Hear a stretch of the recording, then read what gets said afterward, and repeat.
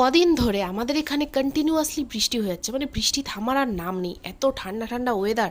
তার মধ্যে আমি মাকে বলে দিলাম, মা আজকে বিরিয়ানি বানাও। সেই জন্য মাও প্রিপারেশান শুরু করে দিল। দেখো চিকেনটা বানিয়ে নিয়েছে, একদম সেরা লাগছে না দেখতে। আর বিরিয়ানি পাত্রের মধ্যে ঘি ফি মাখিয়ে যেগুলো যেগুলো করে, তোমরা তো জানোই বিরিয়ানি কী করে বানাতে হয়, আমি আর নতুন করে তোমাদের বললাম না। যেরকম ওই বিরিয়ানি মশলা, মিঠে আতর, গোলাপ জল, কেওড়া জল, নানা রকম যেগুলো সব দেয় ওইগুলো দিয়ে মা ভাপে বসিয়ে দিল। মা একটা জিনিস ভুল করে ফেলেছিল, মা প্রতিবার একটা জলের পাত্রের মধ্যে বিরিয়ানি পাত্রটা ভাপে বসায়, মানে স্টিম হয় ভেতরে সব রকম জিনিস দিয়ে। যাই হোক, ভুল হয়ে গেছিলো, আর কিছু করার নেই।